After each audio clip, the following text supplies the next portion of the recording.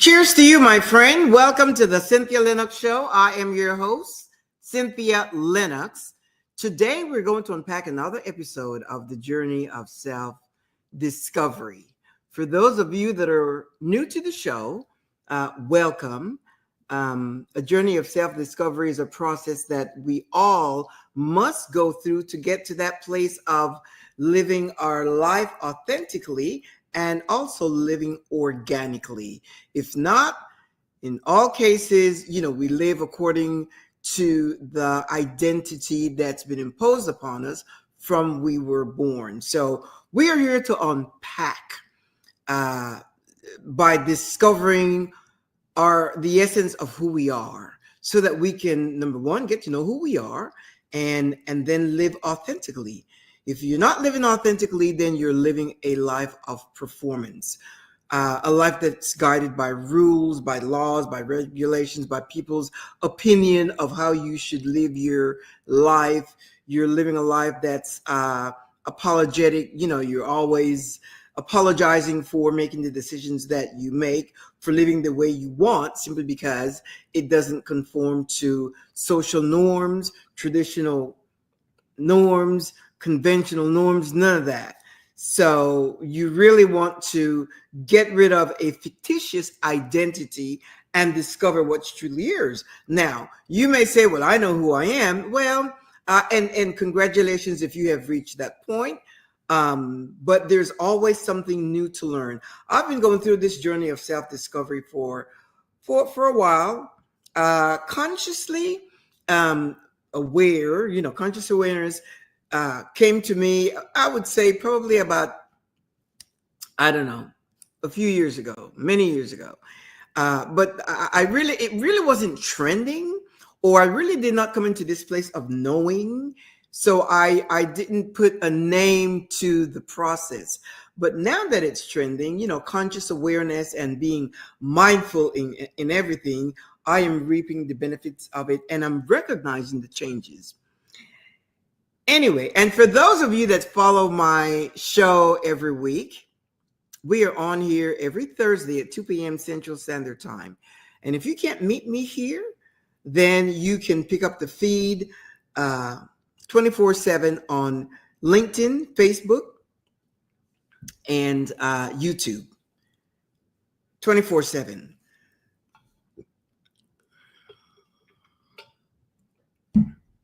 A journey of self-discovery. I'm telling you, I hope for those of you that follow me every week, that you are discovering some fantastic things about yourself, and that your life is unfolding in such a way that you are encouraged, you are motivated, you are inspired, and you see yourself being transformed into the new you, because that's the whole idea. A transformation is what you need to see. You must see it. Being able to do the things that you want to do, doors opening, windows just flying open, opportunities, circumstances, situation, your life just opening in such a way, because you know what? You are the one that attract those things to you. You are abundance.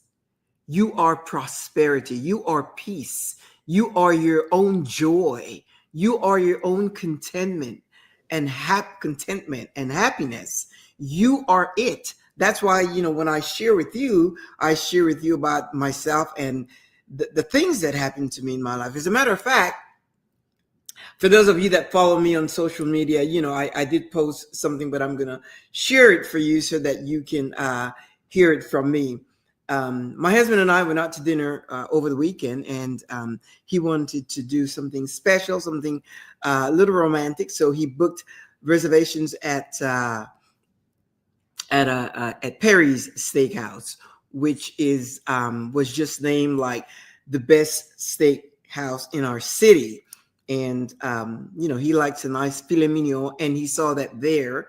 They have this signature pork chop, which is kind of something that I like. I'm not a meat eater, but I like a pork chop. So anyway, so he booked it there, and we arrived. It was great. We valet parked. The guy was nice. From the moment we got there, first impression was like out the window. It was just like so great. So we got there, he valet parked. had a nice chat with the valet attendant. And as soon as we walked in, this guy, anyway, it was just really significant moments that we like, wow, like, what's this? So instead of seating us in the main dining room, he took us to another dining area, which was nicer. And then we got a corner table, which was even nicer because it lent an element of privacy, and we really enjoyed that. So Donald, our waiter, our wait staff, he came and very attentive, very friendly, and so forth. And we had already looked at the menu before we got there. We always do that whenever we're going to a new restaurant, because we had never been to Perry's Steakhouse before. And we always look at the menu, so this way we can decide what we want and expedite our order quickly. So he came and, except for the wine, we hadn't decided. We know what type of wine we like, but we didn't, there's a wine list and you can go for aged wine. We're not into that. We just like a nice Cabernet Sauvignon. So my husband ordered the Cabernet Sauvignon, and, they brought the bread, whatever. And it was great. So he brings the wine, the glasses and whatever. And my husband and I, we always have a signature. Our signature is to toast. We always toast to the occasion. Why? Because we live mindfully. We are mindful. We live intentionally. So just the fact that we get to do this, that we have the opportunity to do that, we can take ourselves there and indulge in this luxury, for us was a toast that we are able to do that. So we toast and whatever and so forth. We engage in conversation, they bring the bread, whatever, and they brought our meal, and it was just really, something out of the norm. So we are engaging in conversation and so forth, and then to the end, brings dessert and all of that. So after we spent almost 2 hours there because we were relaxed and so forth, and my husband said to him, Donald, in the meantime, I had said to my husband, I said, Donald is really earning a great tip, gratuities. I said, he is really earning, because when somebody gives us service like that, so attentive, so detailed, so impeccable, we really enjoy giving them a, unexpected delight tip. So, I had mentioned that to my husband, and my husband said, yeah, this guy is really, really great. So my husband asked him for the bill, the tab, or receipt or bill. And then he comes back with the folder, and he said, your bill has been covered. And we thought it was a joke, because he was kind of upbeat and so forth. And so my husband gave him his credit card, and he said, well, no, the bill has been covered. So I looked at him, because at this point he was serious. And so my husband looks at him, and so did I. And I said, is this a joke? Which I thought was like, kind of a bad joke if it was. And he said, no. I said, what do you mean?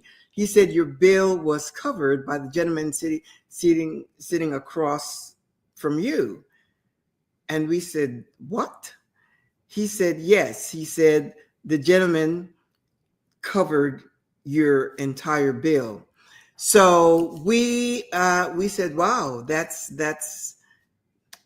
great. Then I said, well, at least we can do the tip. He said, your entire bill was covered, everything. So we just graciously took the folder. My husband took the folder, took the receipt out, and we said, thank you. So we looked at the couple right across from us, and we looked at him. By then he knew what we were thinking and so forth. So we said, thank you. And so we went over to their table and asked their names. There was John and Nisa. And he said, we asked John, we said, we said, this is a an unexpected delight, a very great surprise. And John said, that's fine. That's fine. We were just inspired watching your interaction, and we just wanted to do that. And I said, wow. I said, that's great. So he said that they're newlyweds. They have been married for 1 month. I said, oh, that's great. I said, well, we've been married for many years. I was 5, my husband was 8. And, we just laugh and so forth. And he said, no, I really wanted to do that. I really wanted to do that because I was so inspired. So I said, I did mention that we were married for 34 years. And he looked at us and he's like, what? And then that's when I said, I was 5, he was 8. And anyway, that was a joke. And then he said, I hope that, when we reach that many years, that we have that type of interaction as well. I am sharing that to say this. When you talk about knowing who you are and living your life intentionally, you just live authentically. You live organically. You're not performing for anyone to see. You are out. You just do whatever you want. Let me just kind of back up a little bit. When we walk into the restaurant, it's not like we looked at people and said hi, which on occasion I may do, but it's not like we walked in and smiled at anyone. No, the hostess took us straight to our table, and we sat there and we just started to engage, my husband and I. So we didn't like look around and say hi to anyone. It didn't happen that way. And little did we know that we were being observed by someone else. They were already seated there when we got there. That table was already taken and they were already seated there. And we had no idea that we were being watched. We had no idea. And, my husband and I, we were still talking about it because we are talking, our lives, all we want to do is to inspire others. And what we are learning is that our life has impact on other people's lives. And that is a good thing, especially if you are, your intention is, kindness and, just showing kindness to people. But once you learn that it starts radiating out of you, that to us is a big deal because it's effortless. It's the law of no effort. No effort, we were not even mindful that our lives was being checked, observed, watched, our interaction. That's normal for us, whether we are at home or whether I don't like to make these little inserts that we are not perfect. That's a given. We're not. We have our disagreements and it's sweet and we are passionate in our, we both have a strong personality but we, for the most part, the things that we respect each other and we like each other. So whatever we do, it's within the boundaries of respect. And we always remember that we like each other more than anyone else. So that is our guiding point in our interaction and so forth. But to know that your life exudes, it's sending out that information without being consciously aware or trying to perform for people to see or to observe you. No, none of that. And that is what happens, my friend, when you start living intentionally. First of all, when you get to know who you are, and whether you're by yourself or with someone else, because the whole idea, it's not necessarily because you're a couple. It's when you get to know who you are, then you can present yourself authentically. You speak authentically. When Donald came and he gave us a bill and whatever, I was really, for a second on the inside, I got a little emotional because I thought, oh, wow, that's really, simply because, Perry's Steakhouse is not a fast food place. And it's, any steakhouse, the tab is going to be high.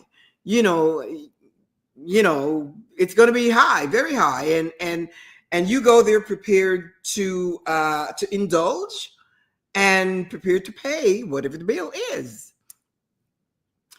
But for someone else to pick up your tab as such, for us at least, that was a big deal.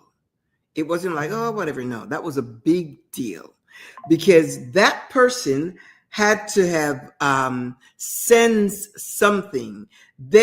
He was inspired by something he observed. For all I know, we could have been arguing, which we weren't. But I mean, of course, they were close enough to. I don't know if they were close enough to hear our conversation, but it wasn't like we were talking any kind of romantic stuff. We were talking about just life, like we were unpacking. I think we were unpacking the topic of living intentionally, and we were, I think I asked her, what does that mean to you, and we were just talking that, and come to find out that we both have the same understanding of what that is, and it's so good because it's a flow.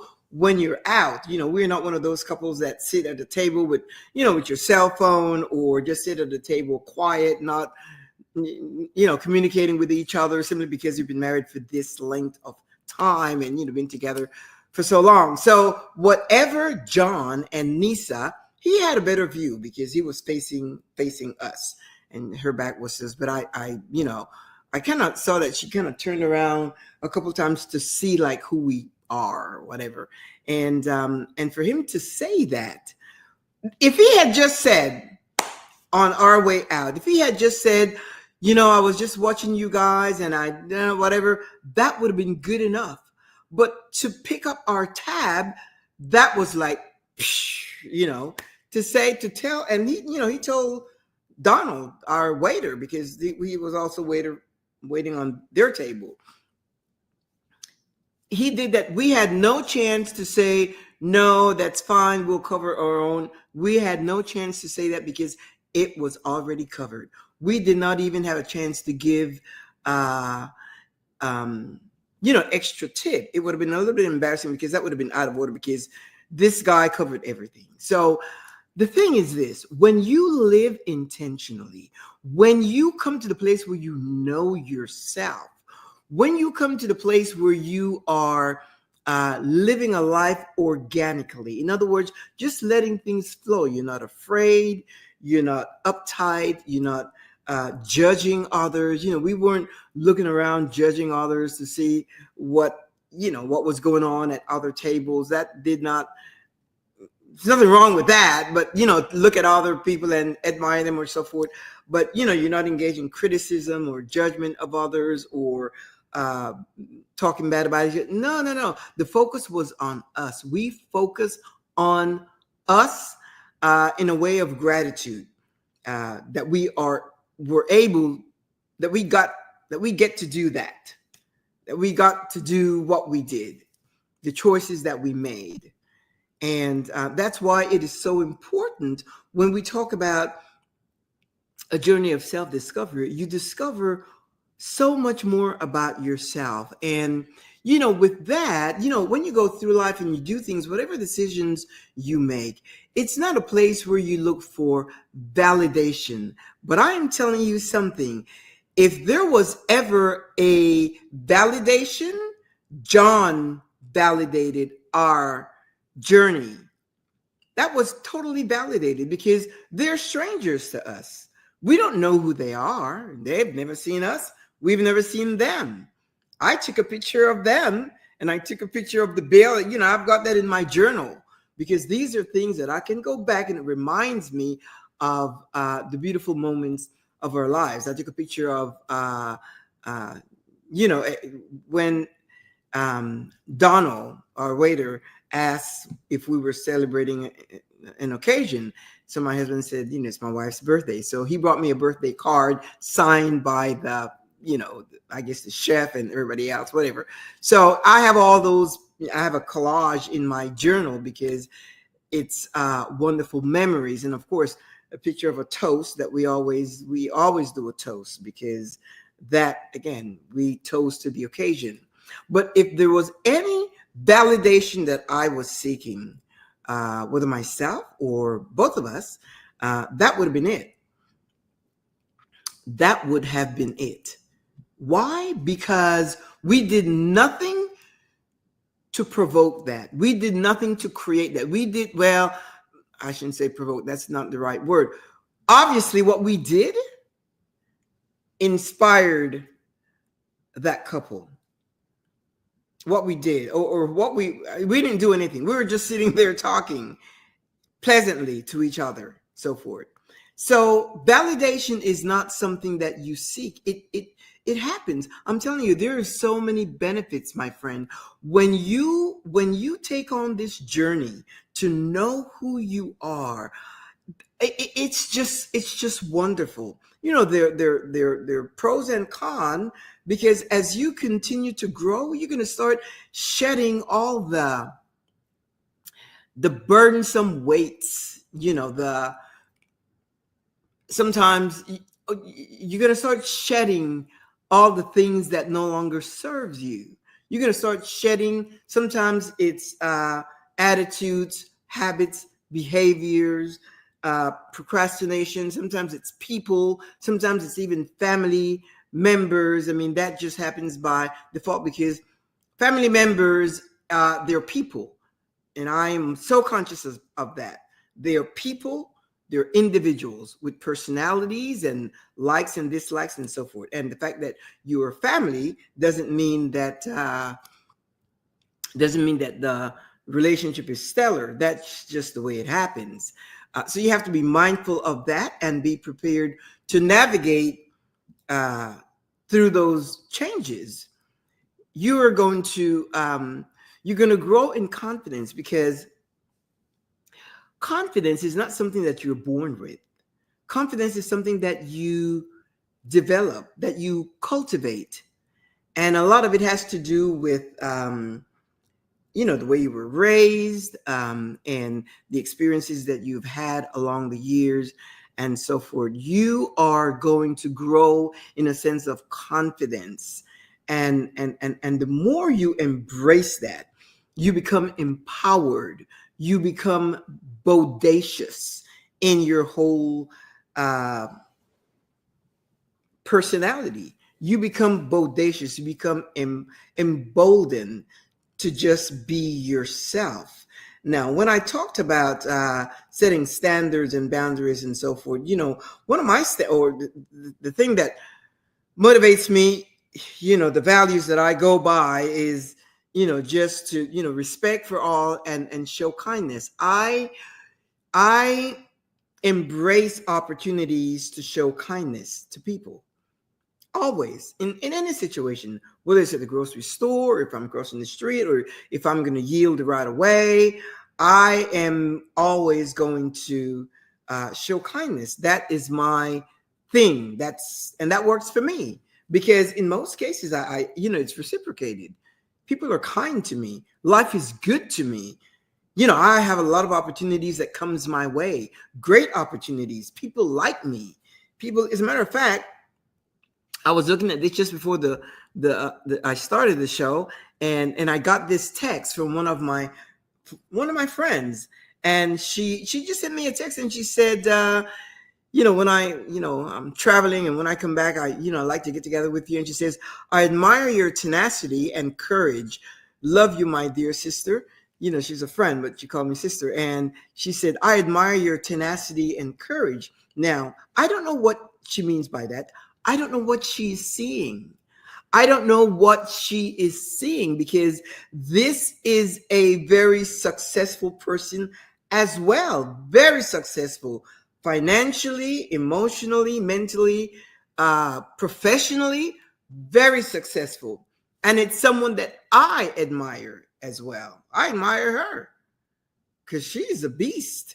And I admire her. But she's saying to me, I admire your tenacity.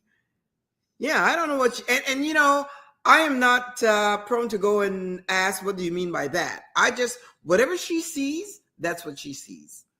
And she said, and courage, your tenacity and courage. So whatever she sees, but see, that is validation. And I didn't ask for it. Unrequested. I did not ask for that kind of validation. But that's how the universe, that's how life will reward you, will let you know that you are on the right track. Doors will open, opportunities will come your way, financial, emotional, mental, psychological, social. You will, all the decisions that you make, and sometimes you lose friends, because you know what, as you continue to grow and really embrace that whole self thing, people that are not on the same path, or sometimes the relationship becomes a little skewed, the relationship becomes a little skewed, people. And it's not that people are jealous of what you have or what you don't have. People sometimes get envious of who you are, your confidence, your sense of assertiveness. That people will be jealous of that. Oh, I wish I had her confidence. I've met some people, as a matter of fact, some people whose confidence is like way out there. And what I do, I observe and I learn from it. But some people can be jealous, and you will know who they are. And I'm not talking about strangers. I'm talking about people that know you, friends, family members, acquaintances, colleagues. You will know who they are. People get jealous. That's why the focus must be on you. You must keep the focus on you. The focus must be on you. And you do that unapologetically. Do not dim your light in order to accommodate someone's insecurity. Do not ever dim your light to accommodate someone else's insecurity. Let them deal with that. You don't dim your light, or neither do you want to play small. Downplay who you are, your achievements, your accomplishment. And I'm not talking about, getting all these accolades. I'm just talking about just your growth, your evolution, your sense of coming into that space of knowing who you are. Don't downplay that. Just live it. Just be it. And once you establish what your standards are, then you live by that. My thing is to inspire others. That's why I come on here. I shared last week how I get so excited when I'm going to do the show. Why? Because I get to share with you my experiences and to encourage, motivate, but most of all to inspire you. Because what needs to happen is what I meant to say. What needs to happen is a transformation in you. I've talked to people that, they say, well, I know who I am. I don't need to, I don't need to this or that, whatever. And that's fine if you know who you are. But the very fact that you say, well, somebody calls, tell them I'm not there or whatever, or I'm just going to go because I don't want her to get upset. That right there. And I say that because, this person said, well, I know who I am, so I don't need any of that, which is fine. But on the next breath, they said, well, somebody called and said, well, tell them I'm not here. Why? No. If you don't want to talk to them, you take the phone and you say, I will call you back.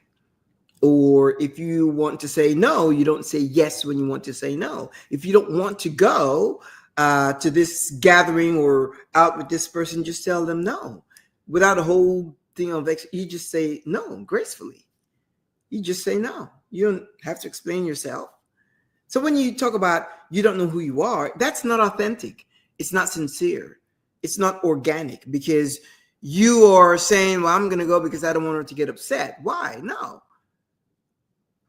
You're going to go because you don't want that person to get upset. And you're saying that you know who you are. You're contradicting yourself. Don't lie to yourself. You can't deceive yourself.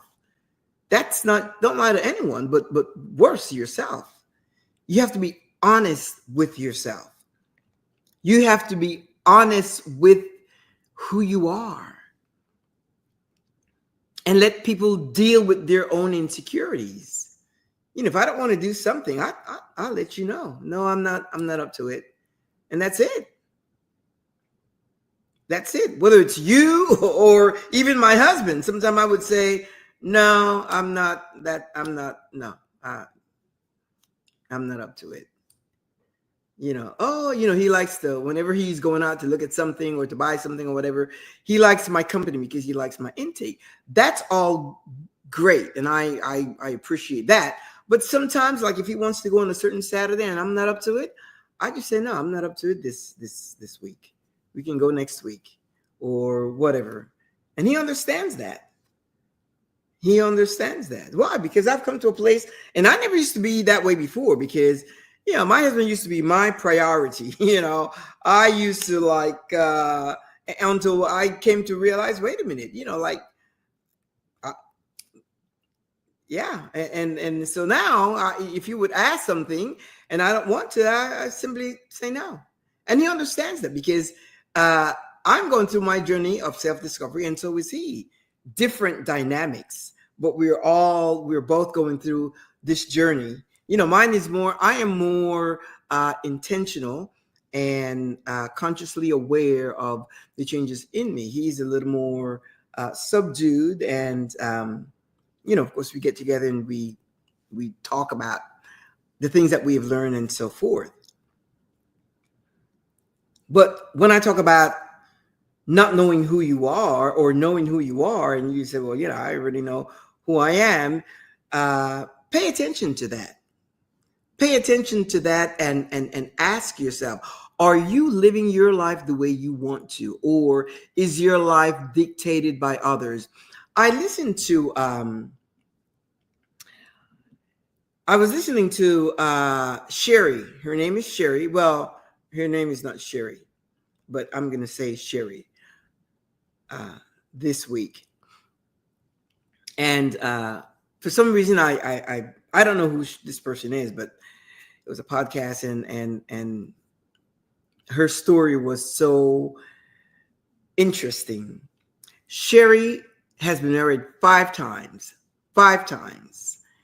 And when I was navigating through my social thing, their podcast, I heard that and I thought, wow, 5 times, that's someone that believes in marriage, just not to the same person, those are my thoughts. So I paused to hear her story. And she said that she was married when she was 19 years old. And the impression that I got is that, and she said she got married because she got pregnant. And she said she grew up in a church. She grew up in a home of all church culture. She has pastor, teacher, preacher, evangelist, prophet, prophetess. She's got all of them in her family. Her whole bloodline, they're all religious. She grew up in the faith, the Christian faith. And she said she got married at 19 years old. And if I understood correctly, she got married by a pastor or something like that. And she said she was married for 9 years. I think she said lived together for 2, married for 7, something like that. The point is that she was together with her spouse for 9 years. And she said they were 9 years of abuse because she was younger. She was 19. Abuse, mental, psychological. She didn't say physical. She alluded to that, but she said a lot of mental and emotional abuse she went through in that relationship. It was so bad that she completely lost herself. She had no idea who she was. She did everything to please this person. And she was weaponized every time with scripture and Bible verses and all of that. And all of that. She was just weaponized. Everything was, the Bible says, scripture says, the word of God says, and she was just really dominated by that kind of culture in her marriage, that kind of behavior. So she had no opportunity to be who she is. She had no chance of being herself, of growing into herself, knowing who she is, or even to nurture her children, because everything was based on a script, scripture, the word, the Bible said, and so forth. And her husband made sure that he used all of that against her if she ever tried to challenge him, rebel, question him, or so forth. Because again, he was older and he knew a little more. He just really used it against her. So anyway, she finally got a little courage and she was able to run away. She took her kids and she left. Ultimately, she was able to get a divorce. Then later on, she met someone else, and at that time, she was so sick of all this stuff. She thought, she's going to marry the guy, and if it didn't work, she'll just leave. She married this person, was with him for like a year and a half, and she saw that it really wasn't working out because, and let me mention this, she was governed, or she was, her whole thing was about marrying someone within her faith, to be unequally yoked, not only within her faith, but someone that aligned with her belief system. It's really interesting because she said the whole idea was to marry someone from within the church congregation, the church culture, the circle that she grew up in. So whether it was her church or another church, they had to be from the same walk, the same discipline, the same dogma. Because, different churches, even though they're Christians, but they have different belief system and so forth. So she married husband number 2. She was with him for about a year and a half. It didn't work. And then, she was at church again, and she's indoctrinating her kids and so forth. She married husband number 3, and he was abusive, very abusive to her and her children. She was married for about a year. And the thing is that she said she developed a mindset that, you know what, I'm just going to go into this. If it works, it works. If it doesn't, it doesn't. By then she was becoming despondent just because, and really losing trust and faith in the whole system. So she, husband number 4 came around, and she said, husband number 4 was, again, part of her, the same circle, if I remember correctly, part of the same circle.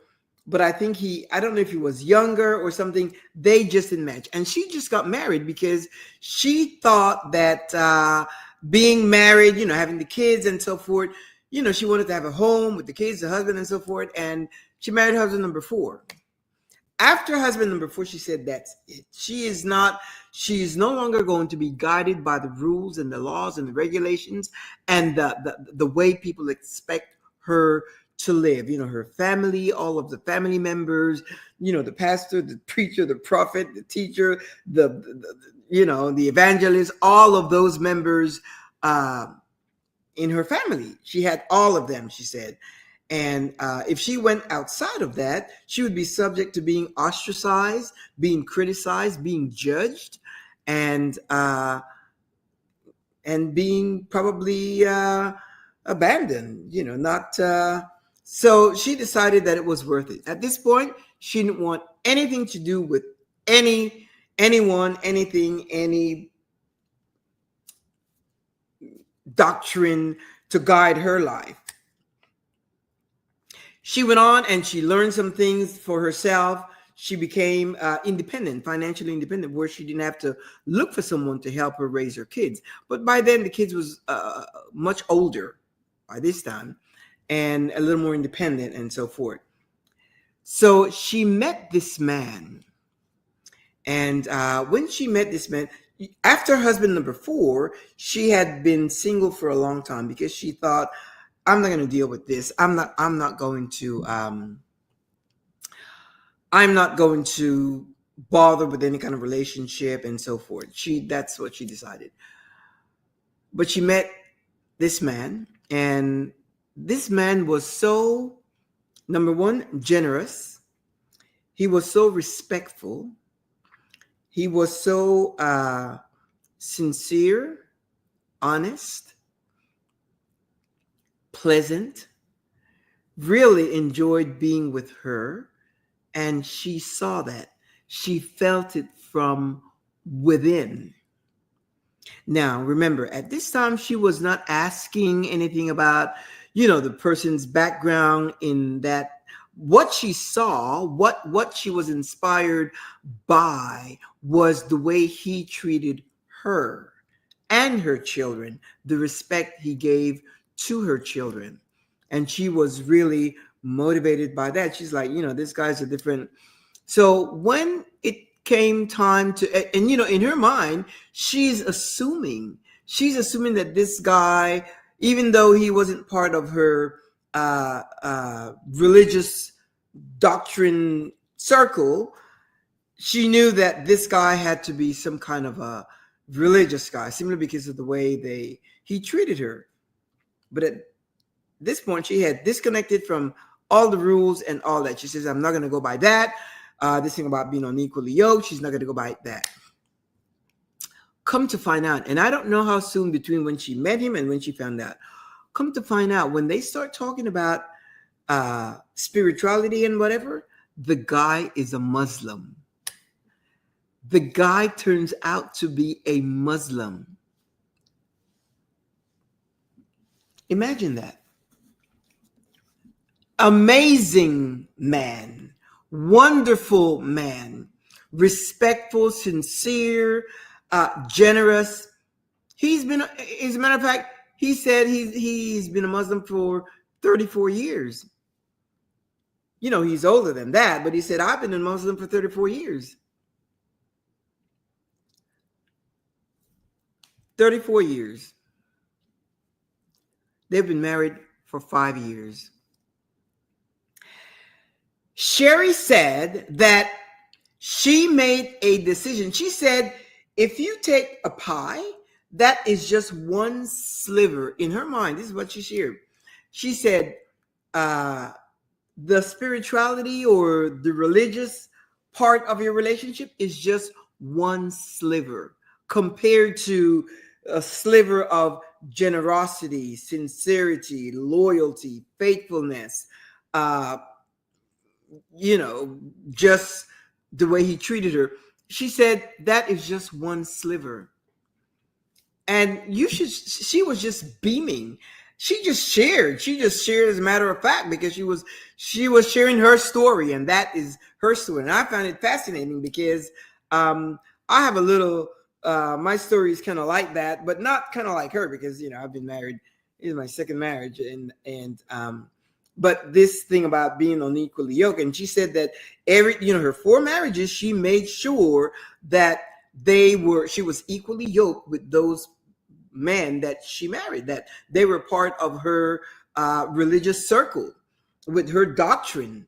They thought the same way, and they were under the same doctrine. Even if they were from another church, she made sure that they were within the confines of those laws and rules and so forth, the guidelines they follow. And they're the ones that mistreated her. And then she meets this man, and then she said, you know what? I'm no longer going by that criteria. And then, of course, she walked away from her family. I don't know to what extent, but she just said that I'm going to make my own decisions. for myself. And that's exactly what she did. And she met the guy, and she was just aghast by the way he treated her. And she decided to marry him. And she said he's just the most wonderful human being for her and her children. And I get the impression that she, the kids are now grown and she's just with him and so forth. But she said that they have a wonderful marriage. They have been married for 5 years, and they live a wonderful life. And what she said is that even though we still, he has his faith and his belief, and she has hers, and she said that they don't try. She doesn't try to change him, and he doesn't try to change her. Imagine that. That to me is like, I imagine that, because that's the whole idea with religion, at least with Christianity. You always want to, change the whole world and make them believe the way you believe and so forth. And she said, no, she said, that's not, and however they process that, she did not get into that. And that wasn't important.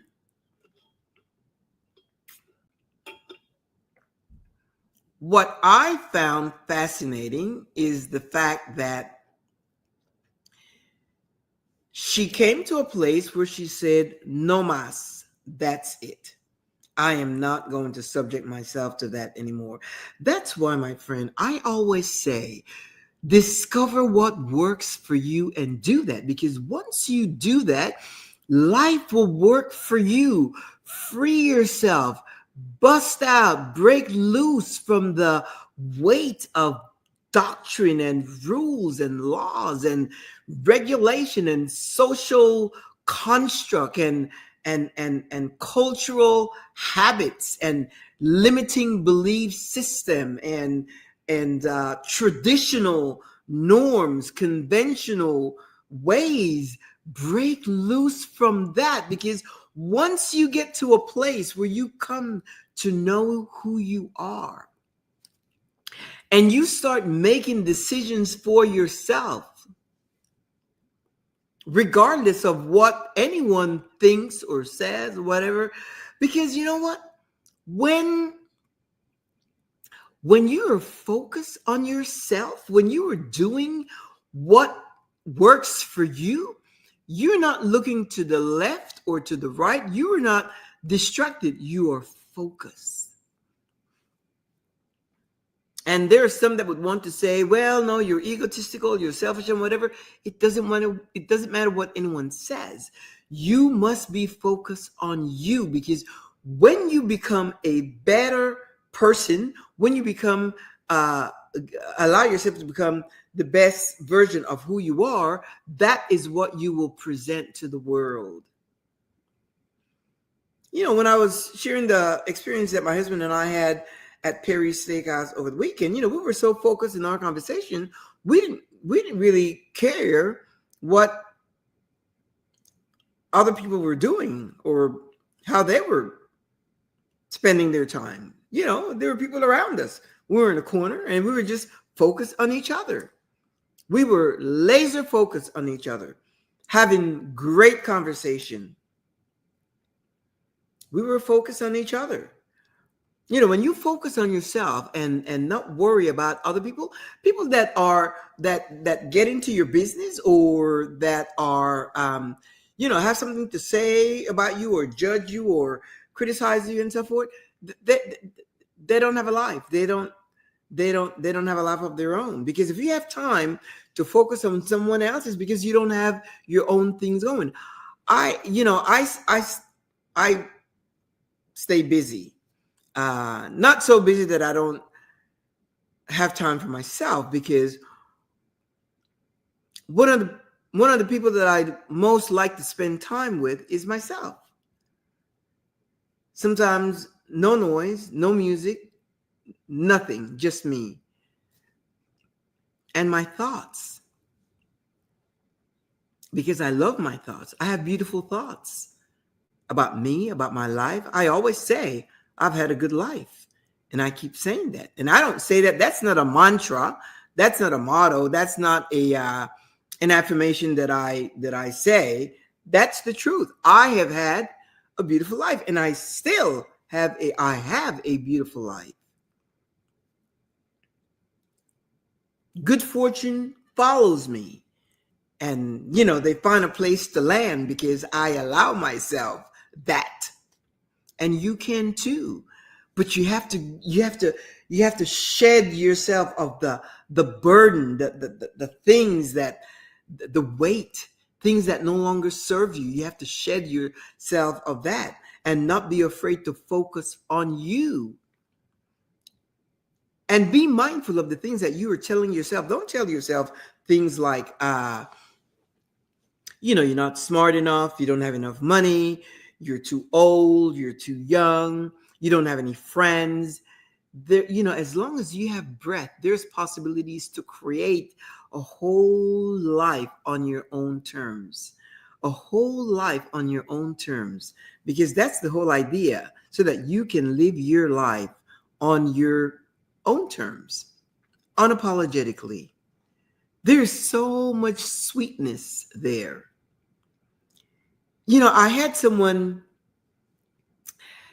called me the other day, and not too many things shocked me, but this call shocked me because this person called, and it's not someone that I would have ever even, and they shared some things with me, and they said, and you're a counselor, right? I said, well, I'm a life coach. And they said, I need to talk with you. Now, the reason I say they shocked me is because this person, sometimes we look at people and you don't know what's going on in people's mind, in people's lives, and people's whatever. And this person is highly accomplished. I mean, I'm talking high governmental level, highly accomplished, brilliant to the max, travel all the world in their career and so forth. And we met a few times at social parties and so forth, and you look at the person and you admire them, you think they have it all together and so forth. And very well, because sometimes you can be academically accomplished or professionally accomplished, but in your personal life you don't know who you are. And when you are away from your from school, you're no longer, you may have a PhD and so forth, but that's it. That's not who you are. That is an accomplishment. You may have a job paying you six figures over and over and over, but that's not who you are. That's an accomplishment. That's the compensation you get for the job that you do. But when it comes to knowing who you are, the essence of who you are, that's a whole different ballgame. And that person said, I need to talk with you. Now, talk about validation. That was an encouragement to me, because you're like, and of course, we went on to set up an appointment and so forth. And, but the thing is, that's why I never assume. You look at someone and someone says, well, I know who I am and so forth. But it comes a point, sometimes you may be accomplished in a lot of areas, but you really don't know who you are. And if you don't know who you are, then you are marching to the drumbeat of someone else. You are marching to the drumbeat of rules and laws and regulations and cultural construct and social, you are marching to the drumbeat of others. You are marching in an identity that's not yours. It is fictitious. You are living a life that's performative, in order to please people. You become a people pleaser and you don't even realize it. And hence from that comes depression and anxiety and procrastination, and you don't know what to do, what decisions to make, how to navigate through life successfully, happy, and peacefully, and with joy and contentment. You don't know that. Why? Because you're living a life, you're living an identity that's not really yours, an identity that's been imposed upon you by the system, by the matrix, by how people see you and what they tell you about yourself. And then you embrace it, You take it in, you take it on, and you do that just because, well, that's the way it's done. That's the way it's done. That's just the way it's done. No, you can make decisions of your own. I am so fascinated by that whole concept because that's what's happening in my life. And my husband and I, we laugh a lot, and sometimes he would tease me because he would say something, and or I would say something, and then he would say, well, that's what works for me. Like he just checks me that's what works for me. And he's right, because sometimes, my way is not always the right way, and vice versa. Sometimes he thinks he knows a better way of doing something. And I would say, honey, no, like just today, I was fixing a salad for myself, and I just, I do it differently. And he's very creative. He can put things together that makes it so scrumptious, delicious, and so forth and whatever. And, he likes to always tell me, oh, you could do this, or you could put a little bit of that and all that. And sometimes I just want to do it my way. And I would say, well, no, this works for me. And you say, okay, just giving you a hint and so forth. But you become so mindful of that. And it frees you from having the need to please others or to do something because someone else says. No, another day I may do that, but for now I already had in mind what I wanted to do. I wanted to make it this way, and that's what I did. That is only when you know who you are. You navigate through life with confidence and assertiveness. Your self-esteem, self-love, because the more you know who you are, the more you get to love yourself. And when you love yourself, you're not seeking validation from anyone. When you get it, it's like a bonus. It's great because it tells you, oh, wow, how people see you. But even if you don't get validation, external validation, you validate yourself. You give yourself permission to be. You give yourself the the freedom to be who you are.